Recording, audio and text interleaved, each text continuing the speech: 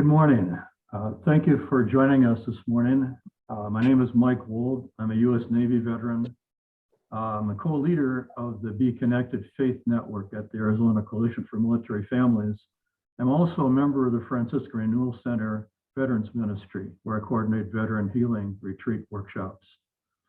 Our Zoom tech today is Jess, so if you have any issues with Zoom stuff, you can text Jess. I should say you can chat to Jess and he'll help you out with it.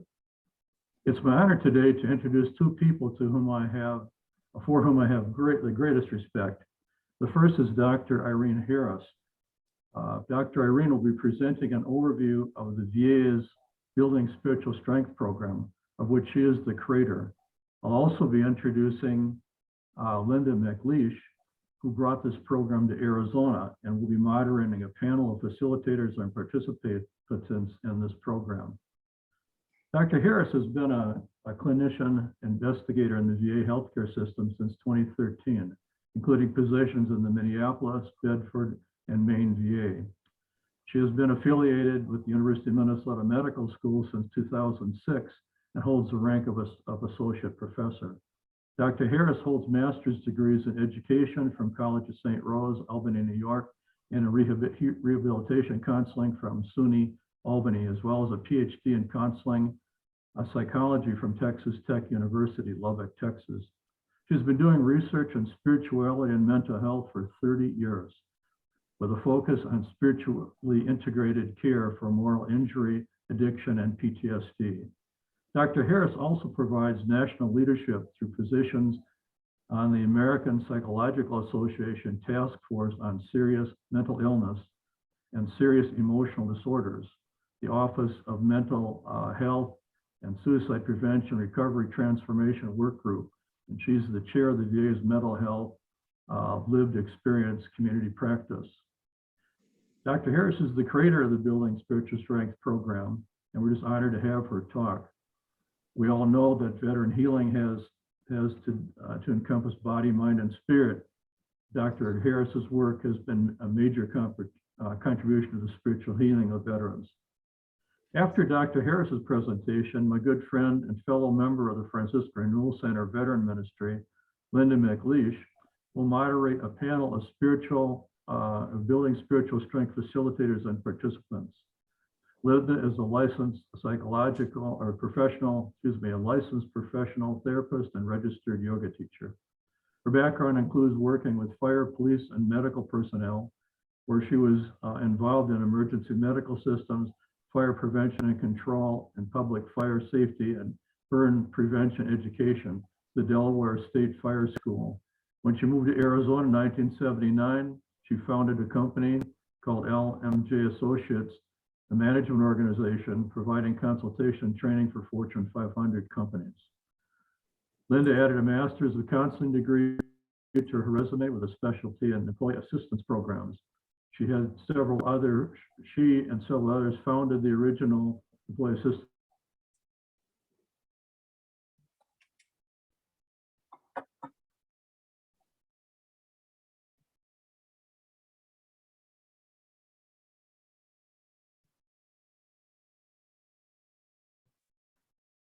I think we may have lost Mike. So Dr. Harris, if you wanted to take over, you're welcome to. Okay.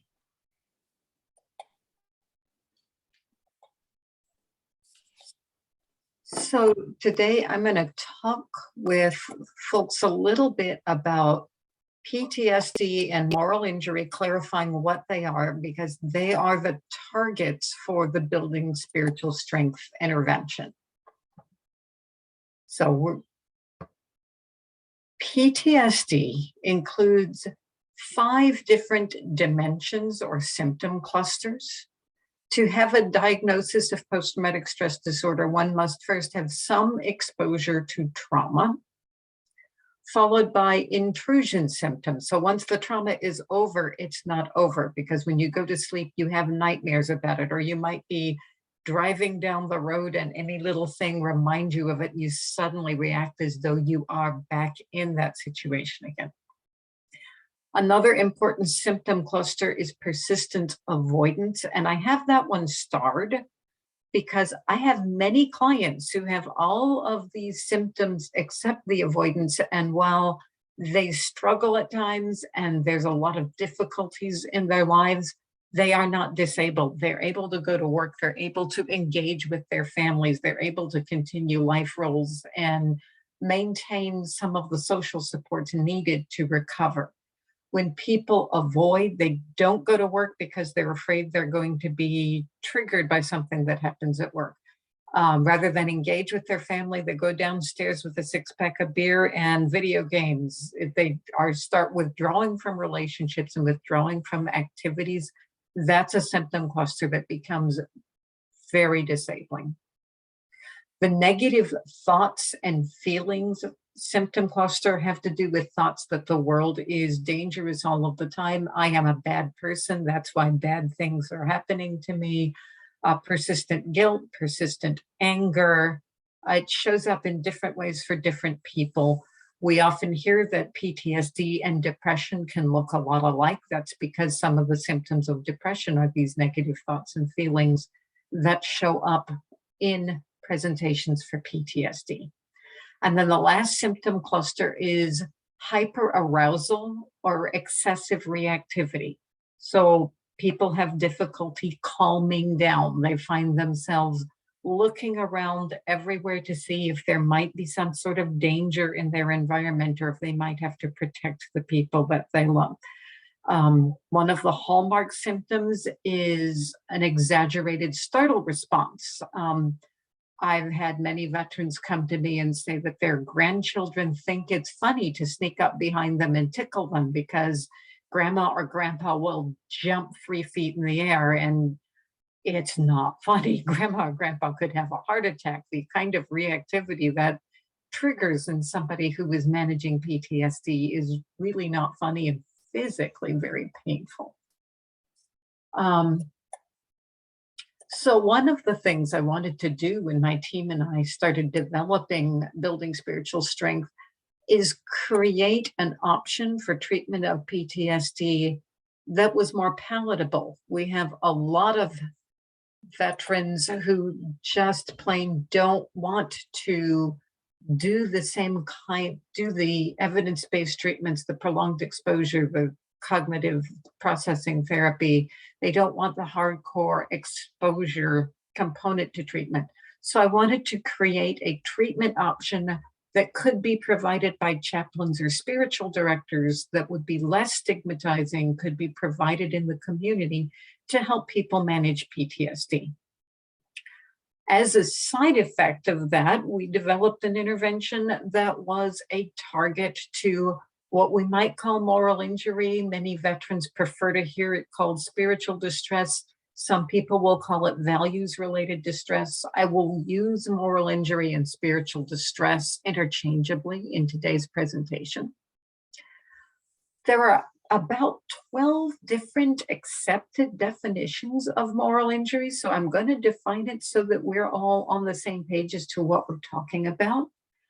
In my book, moral injury is the psychological and behavioral sequelae of experiences that challenge our deeply held moral, spiritual, or values-related beliefs. Again, I'll use a lot of different terms because some, not all, veterans have given me the feedback that they find that term somewhat stigmatizing, that the idea of calling it moral implies that they have done something wrong. And I will say, the vast majority of veterans I have treated have not actually done anything that violates the rules of engagement or the other rules relevant to the situation they were in.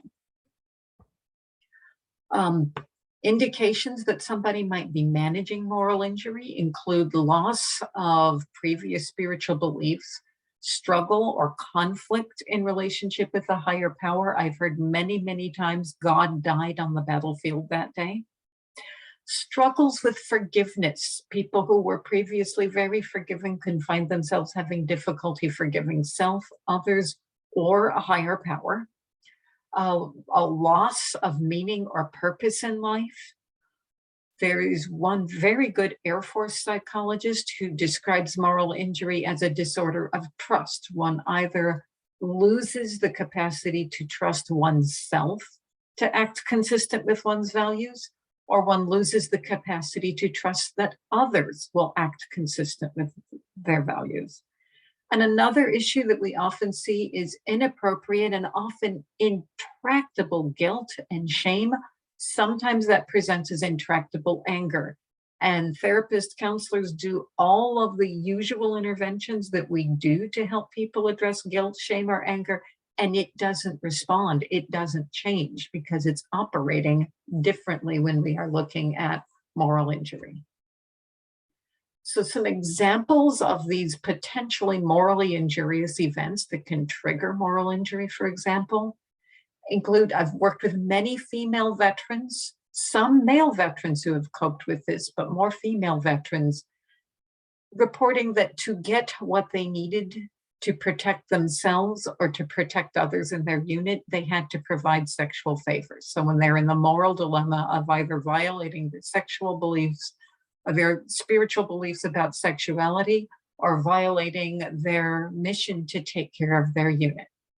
I think I hear almost every day about infants, children, disabled people, or elderly people being thrown in front of a convoy, giving the driver of that convoy the choice between hitting that vulnerable person, or if they stop the convoy to spare that one life, there's going to be an attack and 50 to 100 people in their convoy might be killed. Again, a very significant moral dilemma. I often hear from the enlisted that they felt betrayed by command who could have prevented a dangerous situation. On the flip side of the same coin, I often hear from people who were in command of tremendous distress about knowing that they had to give orders that were going to result in people they cared about dying, and they had no choice but to do that. And then finally, in the military, I very often hear, particularly from the medical corps, of mass casualty situations in which there was no human way to meet all of the need there. It's very important to start treating moral injury. In the first place, individuals who are managing moral injury are between 150 to 200% more likely to attempt or die by suicide than people who are not managing moral injury. Furthermore, individuals who are managing spiritual distress or moral injury require more treatment to make the same progress as their peers.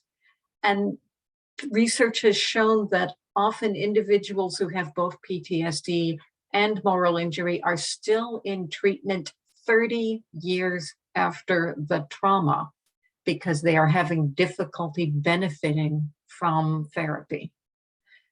Another issue is that very often individuals who lose capacity to trust self and others withdraw from relationships. So they lose social support from their community of faith, they lose support from their family, they lose support from other organizations in which they participate in values-based activities.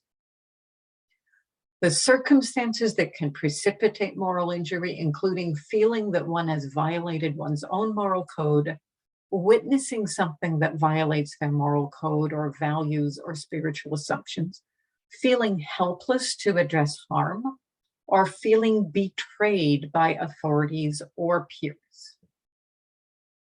I'm going to talk a little bit about one of the theories about how moral injury syndrome develops. It's important that all of us realize that to some extent, we live in multiple moral contexts. There's more than one set of rules operating in our life at one time.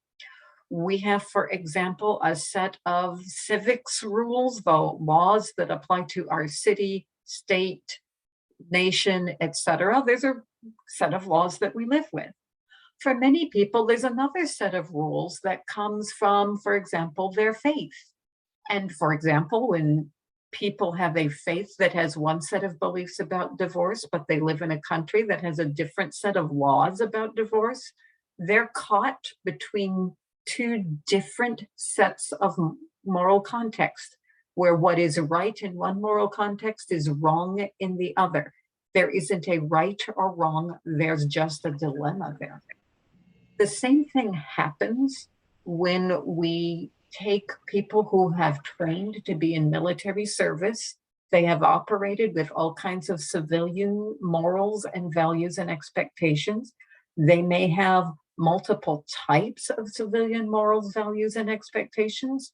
And then we send them to combat, and their rules are the rules of engagement. Between each of these different moral contexts, there are many times when the choice that you can make won't be right in all of those moral contexts. So it becomes very complicated very quickly. One of the things that interacts with the complexity of many different sets of rules at the same time is the individual stage of psychospiritual development. Most Americans spend most of their life at stage 3, the synthetic conventional stage of psychospiritual development. These are people who have learned the rules. They have learned who are the authorities, who leads the institutions, what the beliefs are, what the rules are in each relevant institution for themselves. These individuals tend to believe that there is right and there is wrong. And if I do what the authorities tell me to do, I will be doing something that is right. But then they go to combat and they discover that there is more than one right and more than one wrong, and it is impossible to be right in every relevant moral context. So the individual is inherently in a moral dilemma, and if they're operating at stage 3, they're not able to think about that. To help them resolve the situation, we want to get them to stage 4. And at stage 4, people start to critically evaluate different ideas, and they're more comfortable with looking at multiple perspectives at the same time. In my clinical experience, this is the road out of moral injury syndrome, to be able to recognize that there wasn't a choice I could make that was right or wrong. There were multiple sets of rules. I made the best decision I could make in the context I was in with the training and resources I had at the time. I want to be clear that when people get to stage 4, that has nothing to do with being theologically liberal or conservative. It doesn't matter what faith you're in or what your beliefs are. It's the way one goes about solving moral or spiritual problems. Do we participate in a critical evaluation of what are the different contexts going on here that make a difference? So these are people who might read the Bible and say, Jesus says this over here, but over here in another gospel, he says something that's almost exactly opposite to that. We have to start looking at the context of what he was saying and why to understand that. When people are deployed, they are generally at an age in which their brain is not sufficiently developed that they can get to Fowler 4. Our brains aren't able to do that until about our mid-30s. And most Americans never get there at all. So we have to help our veterans who have been dealing with these severe moral dilemmas get to the place where they can look at these moral dilemmas, acknowledging all of the different ethics codes or moral codes that they were dealing with at once. Essentially, they can stay at stage 3 and collapse because their moral or spiritual or values world doesn't make sense anymore. Or they can grow into stage 4 so that they can recognize multiple moral contexts and realize that things are not in the kind of good, bad categories that they have expected. There are a few other clinical aspects of the way moral injury presents that I'd like you to be aware of. I've talked a little bit about the developmental model. I'll let that one go. There are also internalizing and externalizing presentations of moral injury. Internalizers present with severe and intractable guilt and shame. They're the people who lose trust in themselves. Externalizers are those who lose the capacity to trust others. So they present with intractable anger. It is important when we work with folks who are managing moral injury that we separate realistic guilt from sense of guilt. Many people are using a sense of guilt, an idea that I must have done something wrong for this horrible thing to happen, essentially as a terror management strategy. If it was my fault, it's controllable. If it was my fault, I might be miserably guilty, but it gives me a shot at preventing the same thing from happening again. One of the things that therapists need to be really careful about is when people present with the intractable guilt or anger, just reinforcing and reassuring people that they don't need to feel that way isn't effective. In fact, sometimes it teaches them, well, if you want somebody to pat you on the back and tell you what a good person you are, go to them and tell them how guilty you feel. That encourages them to feel more and more and more guilty. That can increase the severity of moral injury syndrome and potentially increase the risk that that individual will suicide. So we need to start, instead of reinforcing and patting people on the back and giving them hugs, we need to start asking them questions about the multiple moral contexts that went on and getting clear with them that sometimes their self-blame is a coping strategy designed to make it feel as though they have control over something that otherwise is terrifying. So I'm going to talk a little bit about why building spiritual strength or spiritually integrated care in general can be useful in helping people resolve moral injury syndrome. First of all, only about 11% of our combat veterans are willing to use our primary evidence-based treatments for PTSD, the prolonged exposure and cognitive processing therapy. And of those, about 39% drop out of treatment before it can help. So I wanted building spiritual strength to be something that veterans who wouldn't access conventional services could use. Our dropout rates in BSS range from about 6% to 14%. We know from previous research that interventions that target spiritual distress reduce PTSD symptoms. We know that the kind of spiritual distress that we treat in moral injury causes people to need longer and more mental health treatment than they would if they didn't have spiritual distress. I'm going to talk about a case. This is, of course, all of the identifying information has been changed for this person, but this was one of the first veterans I ever brought into a building spiritual strength group. Robert was a special forces veteran. He had been deployed over 13 times in just 10 years to very short and very violent deployments. He had lost his military position due to his post-traumatic stress disorder. He grossly underrepresented his thoughts of suicide to me when I did his intake, because he knew I wouldn't take him in the study if I thought he was at very high risk for suicide. I found out many years later from his wife, he had just flat out lied to me about his safety at that time. Robert described that he had lost all sense of his purpose. He felt that he was unable to do the mission God had sent for him. And he felt that he was in a very unforgiving relationship with an ex-wife. He didn't think there was any way that God could forgive him. In session 2, which is marriage counseling and a relationship with the higher power, Robert developed a sense of a relationship with God as one that loves him intensely and doesn't expect him to be perfect.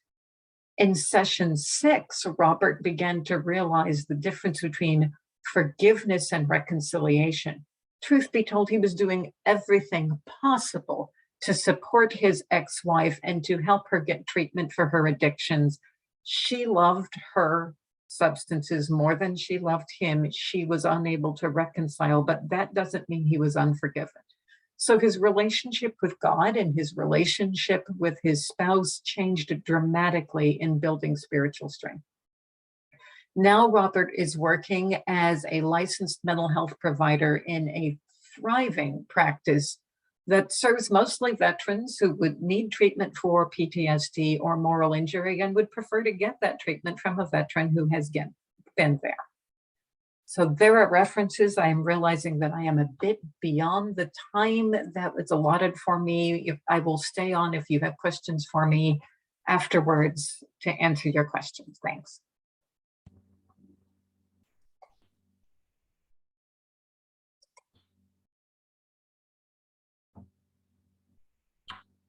Thank you, Dr. Harris.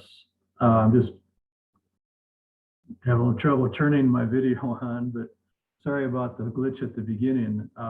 Thank you so much. If you have any questions, there's one comment that was made that I wanted to bring up with Dr. Harris.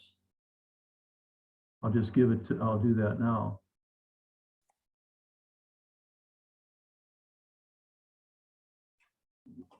For you.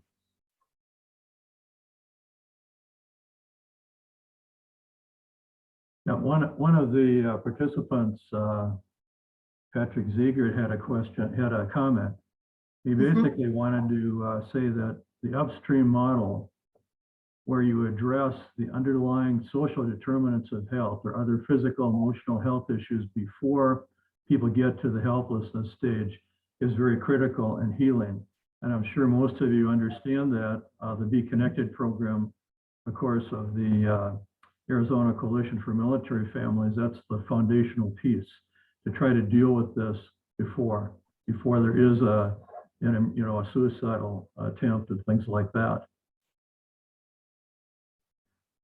Any other questions you could put into the chat if you'd like?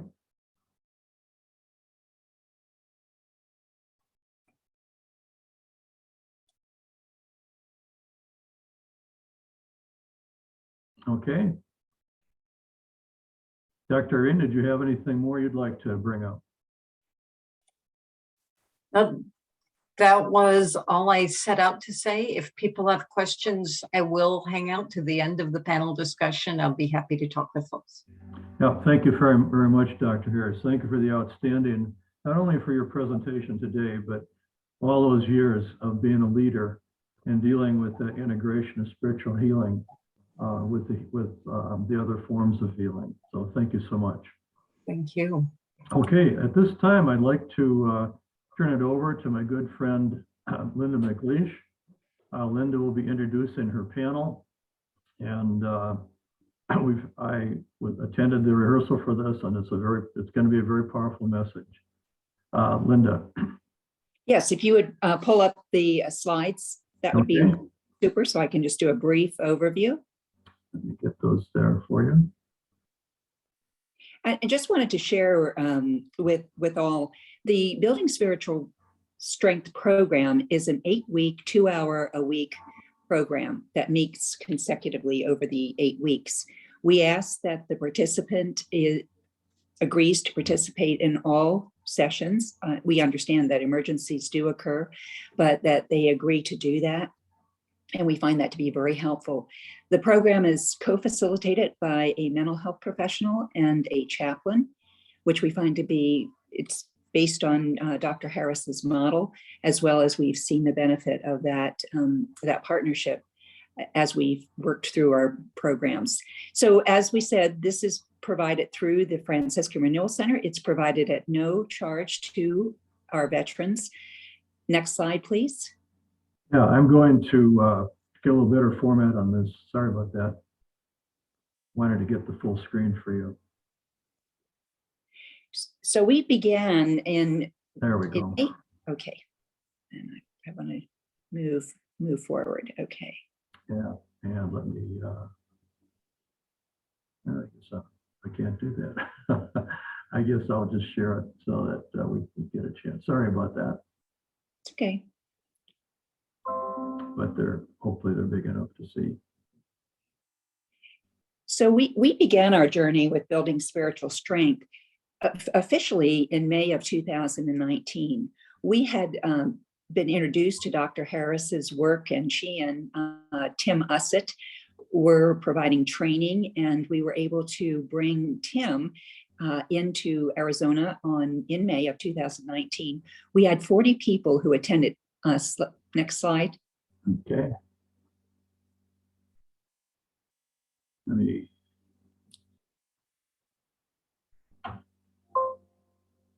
Here we go. So we had 40 people attend that workshop, and it was a variety of mental health professionals as well as chaplains. We then went dark, if you will, and then thanks to COVID, we were able to come back together again. We assembled a group of facilitators who were willing to meet we met for pretty much 6 months to review and edit the facilitator's guide and the participant manual to reflect what our experience is in Arizona and in the Phoenix area and with our veterans and service members. We basically worked with Dr. Harris to look at assessment tools that were used in the initial study, and we prepped for an online Zoom format, if you will. We delivered our first round, which was our pilot round, in the fall of 2020. We had 6 people who participated and provided excellent feedback. We also learned a lot in that round as the need to do an initial assessment, the need to be clear about what was expected, etc. We then ran another group in spring of 2021, which was a second delivery, and that included 5 Arizona National Guard chaplains. Chris Melvin was one of our facilitators, and he and Jean Meyergard worked with a group of chaplains and to see what their experience was with it for the experience of sharing it with their soldiers.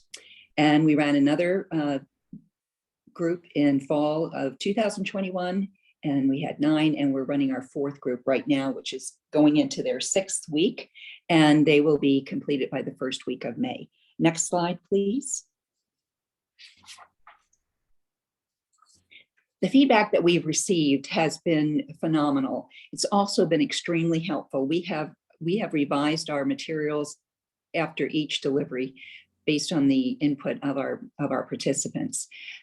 And you can see, I'm not going to read what you're seeing, but you can see what the comments have been, and that overall, the participants are saying this is something that that was helpful to them, that they were able to move to a different level in their journey of healing and health. And I think it's important to know that the Franciscan Renewal Center has been a retreat, largely focused on retreat services between the Healing of Memories and St. Francis, and we do educational programs. But the feedback from our participants was they needed something to continue their journey. And that's how building spiritual strength came into play for us. Next one, please. Here are some resources.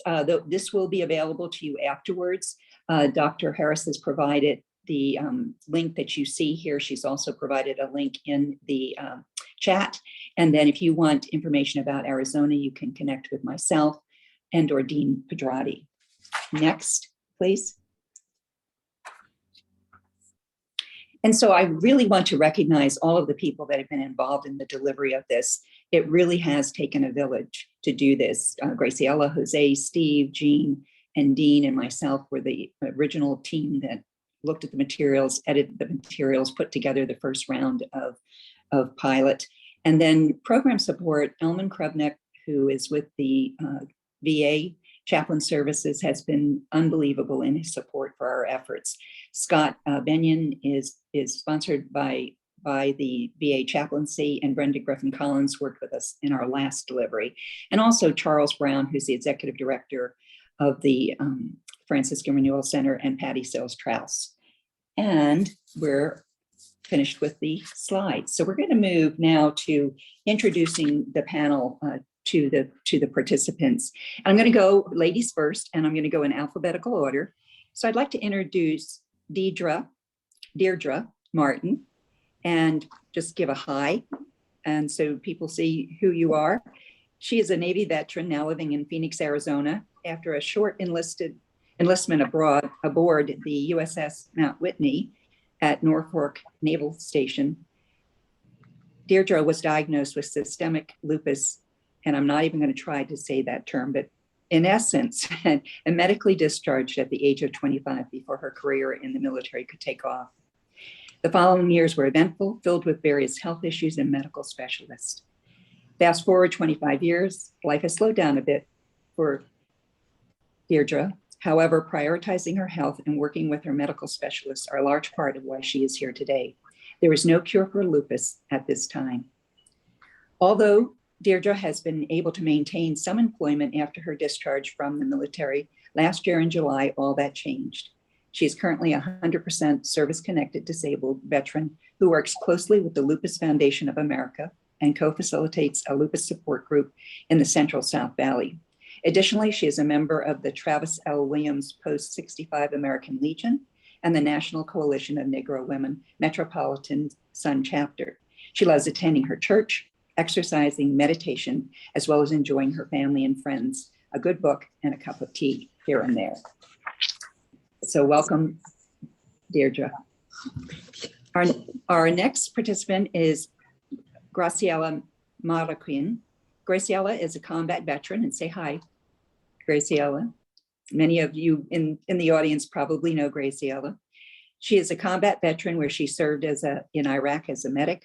She is a social worker who currently volunteers with 2 healing organizations as program coordinator and facilitator with veterans and healthcare workers, as well as doing postgraduate work to enter a Ph.D. program at Arizona State University. She truly believes that the trauma she has experienced has enabled her to become a fully whole person where she continuously learns to expand and grow. She is a model and an advocate for post-traumatic growth, and have been able to be with Graciela in the work that she does, and have had an amazing journey together. Going to the men in our group, I'm going to start again alphabetically with Scott Benyon. Scott is a board certified spiritual guide, a health and wellness coach, and an ordained minister. He served in the military for 13 years and serves as a chaplain at the VA Medical Center. He has co-founded Interface for Wellness, an inter-spiritual wellness practice. He is currently working on his Doctor of Ministry in Integrative Chaplaincy through a collaborative effort between the VA's Mental Health Integration for Chaplain Services Certificate Program and Vanderbilt University's Doctor of Ministry Integrative Chaplaincy Program. Scott's participation is supported by the Phoenix VA Services. And Scott, I hope you said hi in that process. Absolutely. Jim Clevin. And Jim, there he is. Jim is a Navy veteran. He was in the Navy in Vietnam, in country, serving there from 1971 to 1972. Jim initially got out of the Navy and later re-enlisted, retiring in 1993 as a Navy Master Chief Petty Officer. Jim is actually a 3rd-generation Navy vet, as his grandfather served in World War I and his father served in World War II. During Jim's naval career, he served on 3 ships and at 3 shore commands, in addition to his Vietnam service. Jim requested treatment with the VA about possible mental health issues he was experiencing in 2009. His claim was in 2011, and he was denied in 2012. After submitting more documentation, an appeal was filed in 2012. And finally, in 2015, Jim's appeal went before a hearing judge, and Jim received a favorable decision. The point of sharing this is don't give up with a claim. Jim has served his church for decades in many roles and enjoys spending time with his family and taking many travel adventures. For self-care, Jim attended the Healing of Memories program in 2013, in addition to the Journey of a Wounded Warrior, St. Francis Retreat in 2016 and 17. And in 2021, Jim completed the Building Spiritual Strength program. So let's welcome Jim as well. Johnny, because your name is Z, last but not least, Johnny is a U.S. Air Force veteran who joined the military at age 17. He served in an Air Force recon outfit in the post-Vietnam era from 1976 through 1980. In this time, he participated in the retrieval of the bodies from Jonestown. He was also the first male to speak out to the VA for military sexual trauma as a male victim of MST.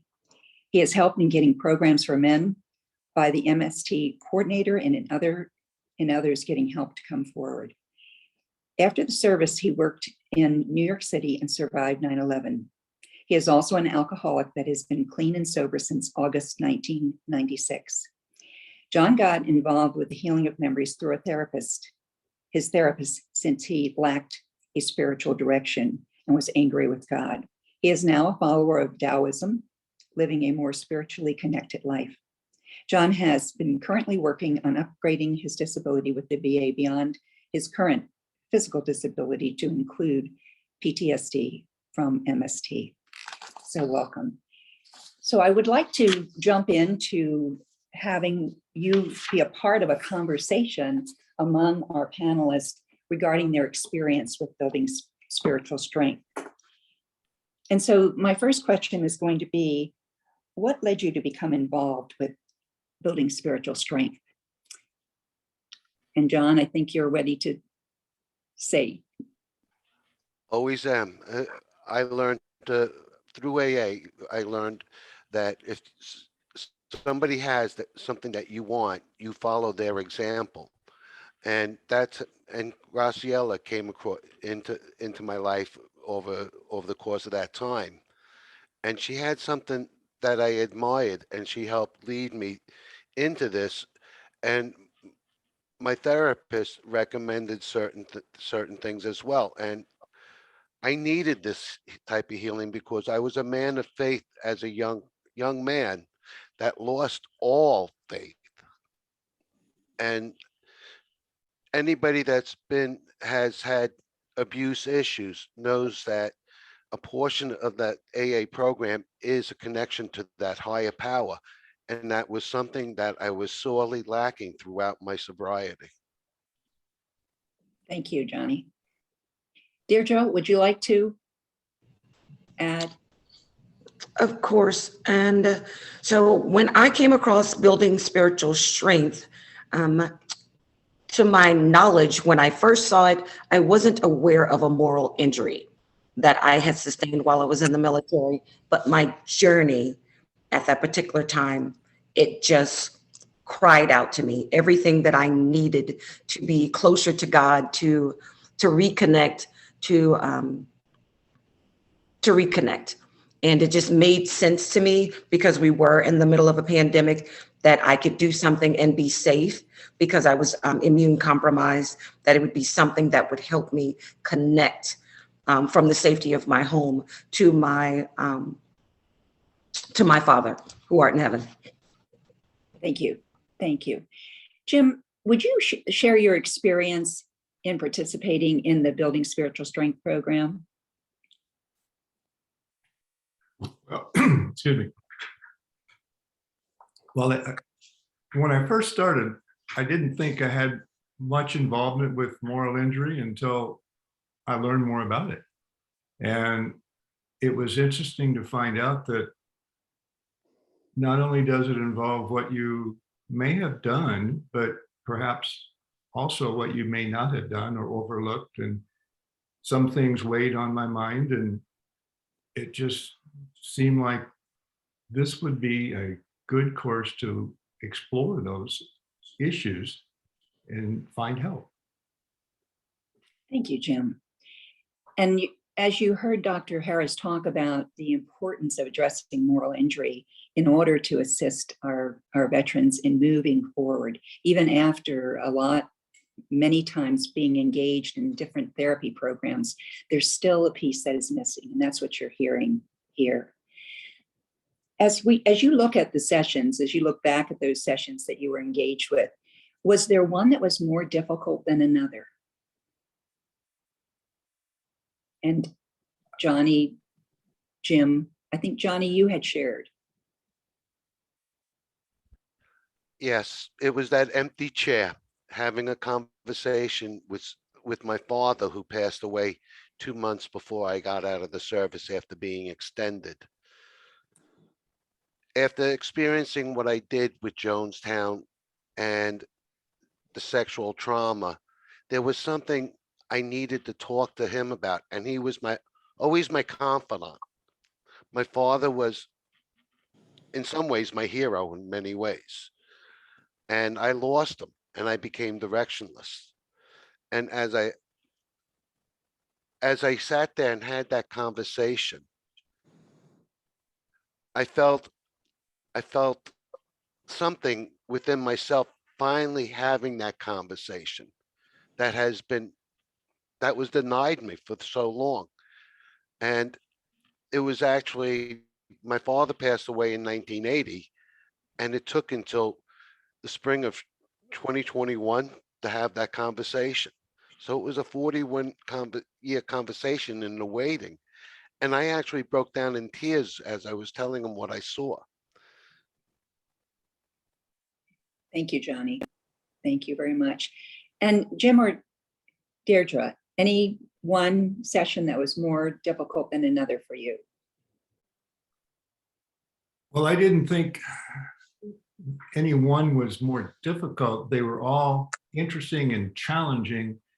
And it was really just getting started with a routine of the class and getting involved with the workbook, and which assisted me in getting involved with more prayer and meditation, which was calming and relaxing and helpful. And you. I will say that the session on the role of emotions was likely the most challenging for me, because my introduction to the group was, in fact, I don't know if Graciela remembers, I would often say that my emotions were all over the place. Long and short of it is that they were, I had no control of them. And I didn't try to have any control over them. I could not list them. And there's this beautiful diagram in our workbook called the feeling wheel.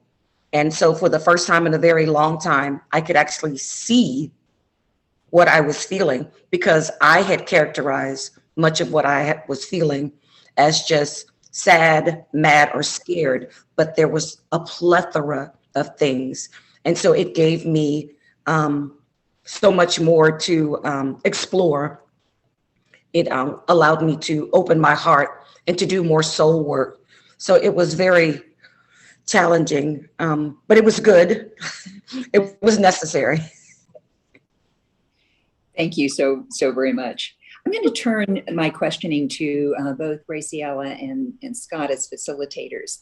And so I'm going to piggyback on what we just talked about among the participants as to what was your drawing, your calling to work with the Building Spiritual Strength program. Graciela?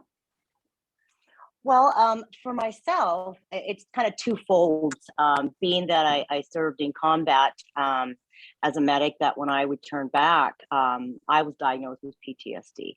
And so part of my healing journey early on was putting my pieces back together. I had done so much work in the cognitive area in the mind, and I had done so much work on my physical rehabilitation that there was still something lacking. And that's when I found Healing of Memories, where I was able to, about the moral injury, conflict, distress, that actually enabled it to put it back together, that missing piece.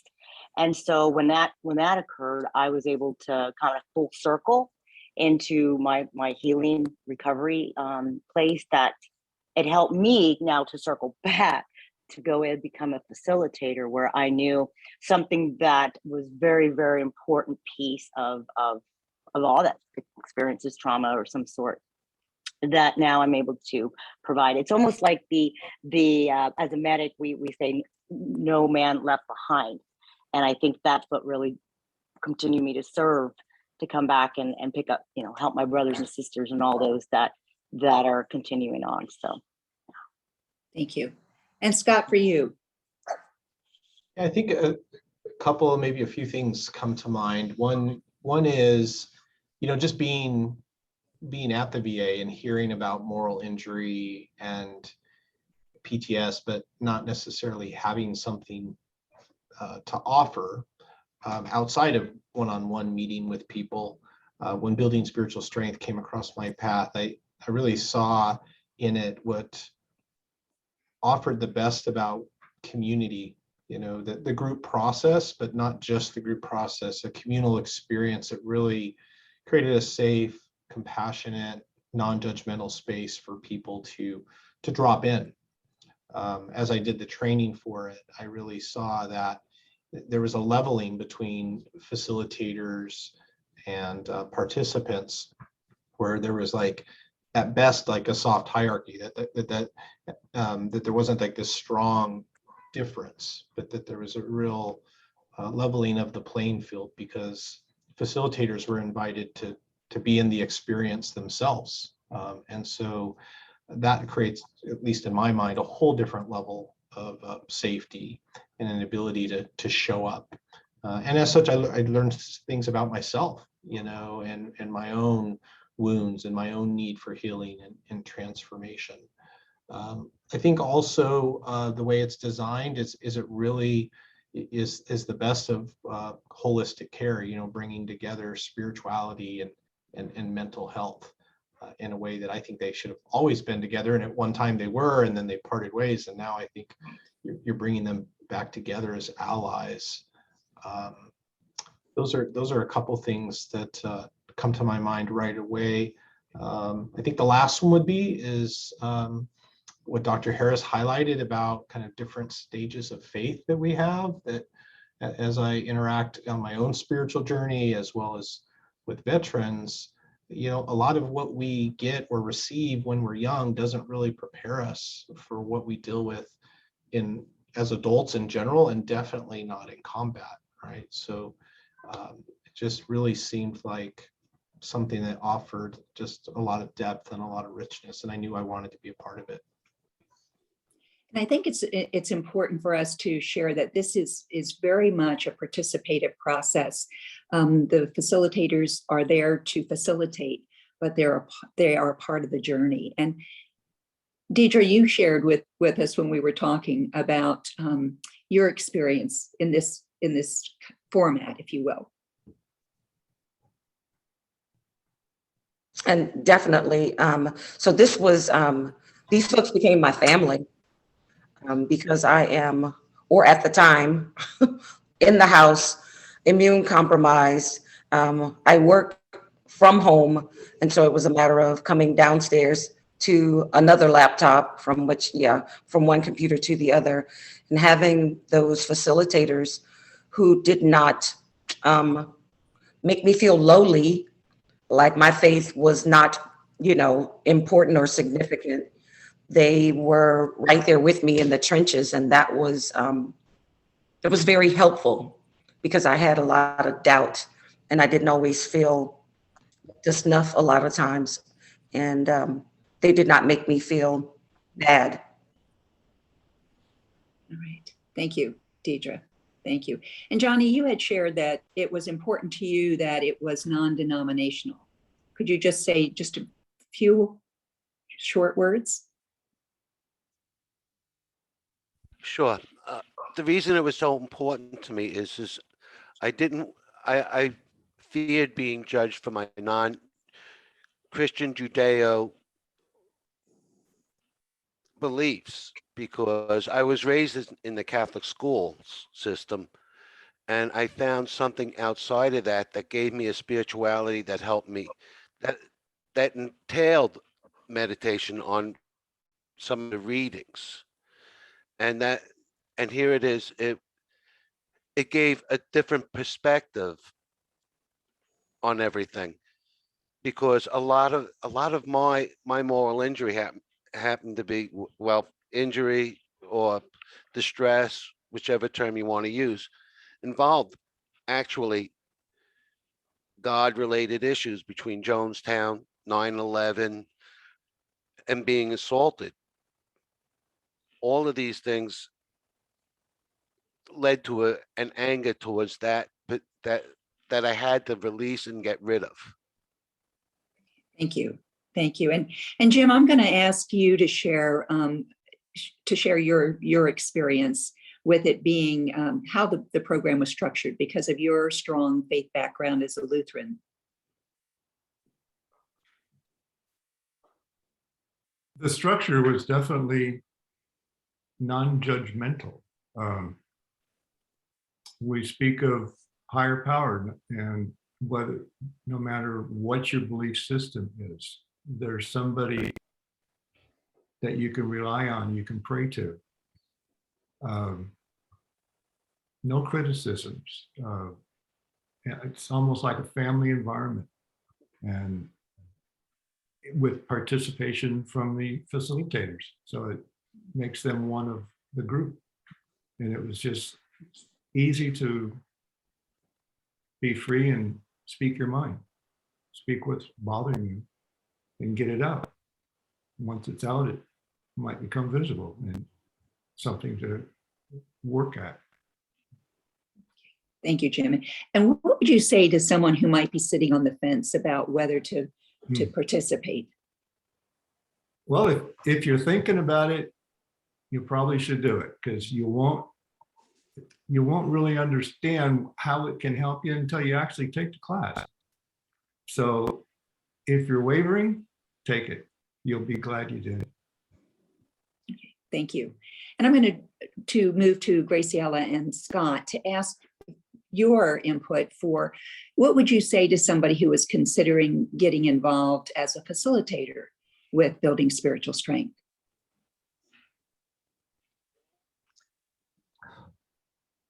I would say, we all have a story. We've all lived our lived experiences, and we all have a story to tell, and that we can draw from our own lived experiences. That I believe that if you can be present and create space and hold it for others that was held for you in some time or another, that it's worth a shot to find out more about it. And it's definitely like Scott said, it's a synergy. It's a relationship that you're also working through as you're moving together on this journey as a community. And the commitment level, that I put in was, about 3 hours for prep time and so forth. But also then there's my additional prayer practice that I also, which really assisted in the whole process as well, and deepening my spiritual work. So that's what I would say, go for it. See what happens. Why not? Okay. And Scott, anything to add? Not much. Graciela said it pretty eloquently. I think maybe just what's really beautiful about the experience is every time you do it, it's different. I don't know about the other facilitators, but for me, I never had a canned share about my background. And so it was always an opportunity just to trust whatever was supposed to come up. It's a bit undoing, I would say that, because I'm like, oh, well, how much do I share? I'm the professional, whatever that means. And yet, as I really took on the challenge to be in my own authenticity and on my own path, it really had a way of just going into deeper layers. And then each time, I've done it 3 times now, I've never shared exactly the same. I just trust what I'm supposed to share, and then there's layers there. And so I think people that are thinking about doing it will find that not only can they be a blessing to others, but that in the process they'll be blessed as a result. Absolutely. Absolutely. And then I just want to, so that the those listening to us have a sense from the participant standpoint, what was your average time, let's just say, per week? And any one of you can jump in, because I know it fluctuated. So we're not putting you on the spot here. And maybe just an hour additional to my own, practice for prayer and meditation. So not like college homework. Okay. I think that's important. We do encourage the establishment of a practice, a meditation prayer practice, something that is going to assist you in your spiritual work. And for the most part, I know that Jim has a strong, would you like to comment? I was going to say, getting involved in the new apps that we were made aware of for meditation and continue with prayer, I'd say on average, maybe an hour a day. sometimes more, sometimes less, but on average. Okay, thank you. Johnny, do you have any? Yes, for me, uh, including the 2 hours a week on the whole program, everything, I would say that it averaged about an hour a day, because sometimes it was a short meditation in the morning, which is a daily practice for me. Because I take the first 15 minutes I take every day, first thing in the morning, even before coffee, is that 15 minutes. Okay. All right. Thank you very, very much. We're coming. Anything else that any one of the panelists would like to contribute before we do our closing and move to questions and answers? I would like to add one thing, because Jim mentioned about just doing it. As a person that was so angry with God, lost all belief and everything else, to redevelop his spirituality and a connection again, it took a lot. Linda knows how far I came, because I shared some of where I came from and where I got to with her. And I would just say, be like Nike, just do it. All right. Thank you. Thank you so very much. Well, I want to thank each of the panelists. And I want to point out that as you listen to the panelists and you heard their introductions, you are truly seeing models of servant leadership. And the mission continues. When we think of our veterans and our veteran community, oftentimes it's painted in a picture of despair versus hope. And as we look at the veterans that we have the privilege and honor to work with, what we see are models of servant leadership. They continue to give, they continue to move forward. And it's important for us to see what can be done, that there is post-traumatic growth.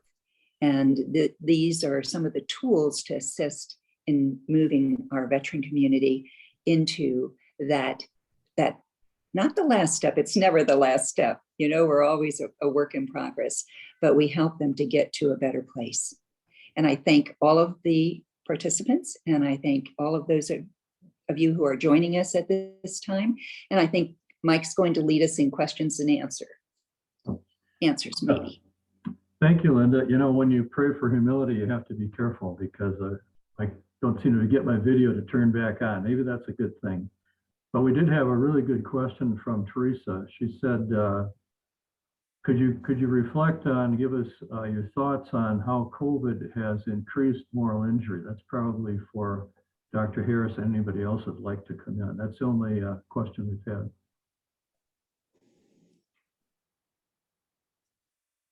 Mike, can you repeat that question? I'm sorry, I spaced out while you were reading it. Oh, yeah, it's Teresa had a question. What about the impact of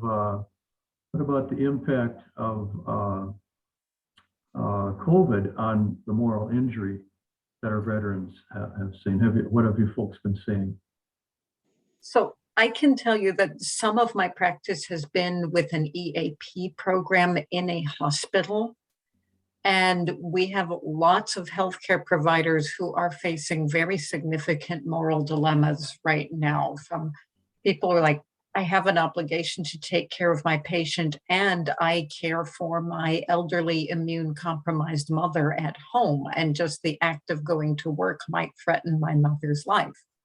Or when there's not enough PPE, or there are not enough ventilators, what I see in many of them is there is simply not enough time to give each patient the care that they need. They're rationing healthcare supplies, and there's no right, wrong, good, bad. There's no way to come out of the day feeling that you have done everything right for every patient after that. So this is not just my own clinical experience. There is research showing that between 25 and 30% of our healthcare workforce right now are dealing with the symptoms of moral injury syndrome.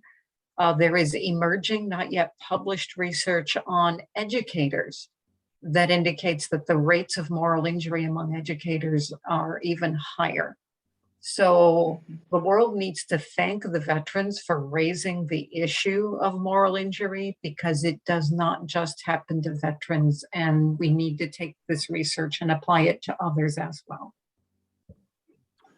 Thank you, Dr. Harris. There's another question. This is probably for Linda. It's a question of, how are the facilitators qualified? Is there a certification process? How does that all work, Linda? Yes, I'd be happy to answer that. Dr. Harris has been unbelievably supportive. Basically, the process is that she provides a training. It has been done virtually, subsequent to the COVID limitations. So it is an 8-hour training program.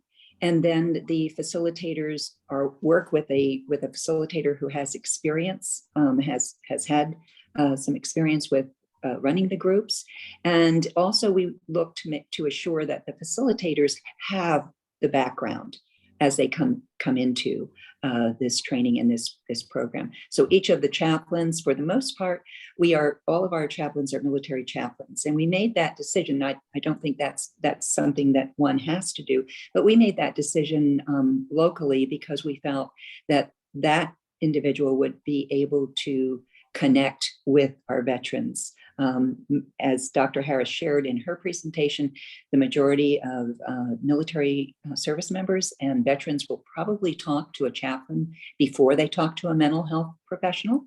Our mental health professionals are all veterans or veteran friendly, if you will, and have had experience in working with the veteran community as well as their own spiritual journey. Oh, thank you very much, Linda. Looks like we're coming on to the end of our session. I wanted to really thank Dr. Harris and Linda and her panel members for just an excellent session. I hope you all felt that's the case too. I wanted to thank Jess, who's in the background dealing with our technical stuff. I also put some posts on chat, including contact information for Linda and also Dean Pedrati, another member of our Franciscan Renewal Center veteran ministry. I want to thank you all for attending the session. I hope you gained a great appreciation for the Building Spiritual Strength program, and you might consider sponsoring it in your organization or getting involved in it in some way. This is the first of 2 sessions on what's called the Faith and Spirituality sessions in the symposium. There'll be a session tomorrow. It'll be on the role of faith communities in supporting and healing veterans. And there will be an interview with a lady who recently started a veteran ministry at her faith community. Thank you very much. I hope you're enjoying the symposium. I hope you get a chance to see many other sessions.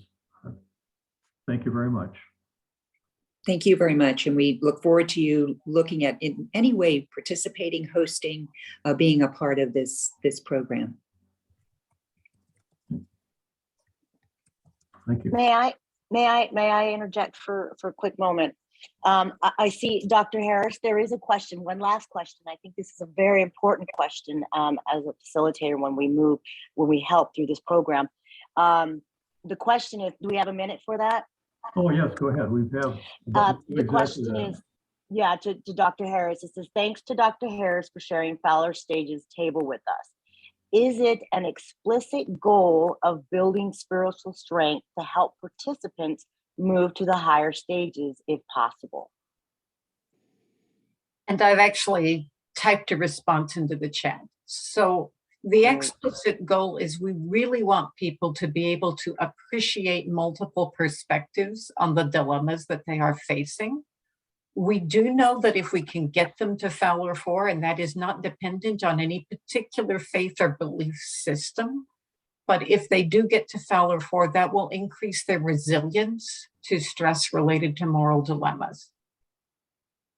Great, thank you. This is such a great, rich question that I think is very important for everyone to understand, that this process is a journey and it is a process that moves in an individual-based experience. So thank you.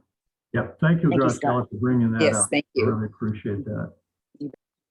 Okay, thank you, everybody. All right. Yeah. Thank you. Have a wonderful day. You too. Bye-bye.